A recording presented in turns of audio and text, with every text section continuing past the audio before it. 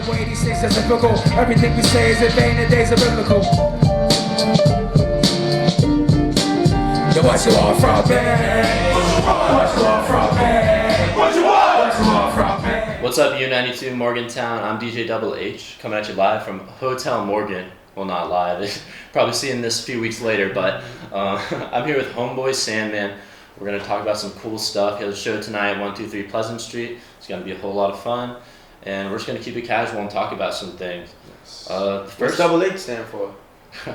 You know, honestly, someone just gave it to me when I was a freshman in college. Yeah. One of the H's stands for my name, Hunter. Okay. I haven't really found what the I guess you can come up with it yourself. Yeah, I think one day it'll click, but... don't force it. Yeah. I wanted to talk about working with Quelly Chris. You're going with a more spiritual, like dark, meditative beats kind of direction, if I'm right. Did you come to Quelly specifically for that? Did you just think he was like, when you were, like, what headspace were you kind of going through when you wanted to make the record? Yeah. Not so much dark as just kind of, kind of mid-tempo to down-tempo, kind of heavy, kind of unorthodox, kind of syrupy, kind of, not so much dark, but kind of low in a way, kind of low, definitely not upbeat or up tempo or light or, fast or, kind of contemplative, you know what I mean? And me and Quelly, we had talked about working on a full length for a long time, and had done different work, together. I had appeared on a couple of his releases, and he actually had produced a song for Ace and I called You and he had appeared on one of my releases, Rhyming. So we started doing some touring together in I guess 2019, and that was really what ripened the I guess the fruit of our collaboration on the full length. So it wasn't even the timing was a product of of God, because it wasn't that I was like, yo, I'm in a specific state of mind, or this is what my life is like right now. This is the production that I need from you. But it just so happened that exactly at the time I was, because given those beats and that production right now, it would be a completely different thing. I don't even, I still love Quelly production, and I'm hopeful that more Quelly production produced Homeboy Sandman records, will come to be, but yeah, it was just divine intervention, the timing of it.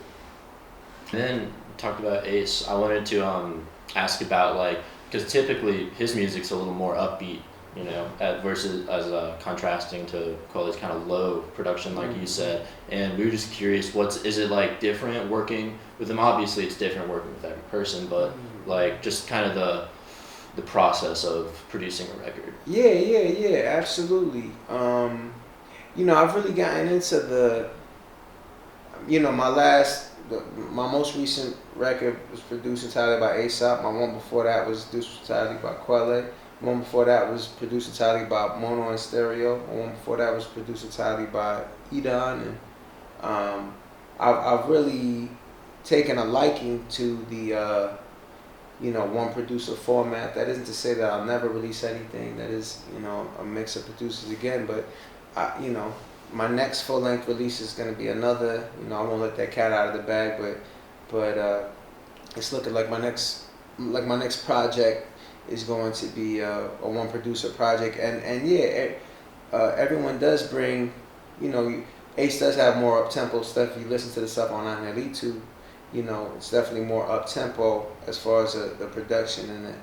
And there's a lot more energy, like the last song on Don't Feed the Monster was called Straight, and that's really the only up-tempo kind of rapid, high-energy joint on there.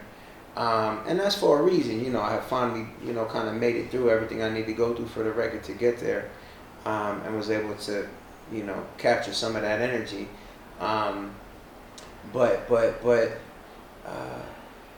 So Angelito coming after is fitting. But yeah, I will say that, both Quelle and ASAP, and the next person, that my next project that's going to be released, all come from producers who also rap. And I think there's something special about producers who also rap, because I don't know how to produce, but I rhyme, and there's a lot of producers that don't know how to rap, but they produce. But I think there's something special about kind of being, adept, deft and on both sides of that, like there's a special type of magic there. So tapping into that type of thing, I always enjoy it, and it's always different. I get to tap into their soundscapes and their, their worlds and everything. But these are people that I build with and connect with on a personal level as well. So it's fun to get to step inside their creative worlds. They're very different from each other, but these are unique people. Is there anything you're listening to that you really enjoy? Yeah, in the past year, Decca is an artist who's really wowed me. Another artist that produces and rhymes, and his rhymes are filled with love and energy and insight and truth and spirituality. I love, he's very learned. I love listening to Decca. I love the energy there.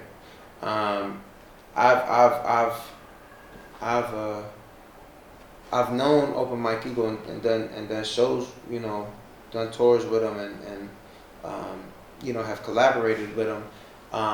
But in the last year, I guess for a while I got away from listening to him, and in the last year, I've kind of rediscovered him a bit and caught up on a lot of stuff that I had missed. Another, remarkable, talent that is really just so gifted in a lot of different ways, with a, and a very creative person.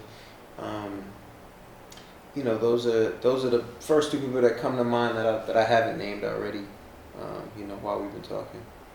All right, yeah, and I don't have too many more questions left, and this one's a little confusing, so all good if you don't really have an answer for it. But a lot of your lyrics kind of balance like levity and humor with like these more like serious topics, and I guess we were just kind of curious about like maybe your writing process or something like that. Like, do you try to find a balance between like humor and like more serious lines?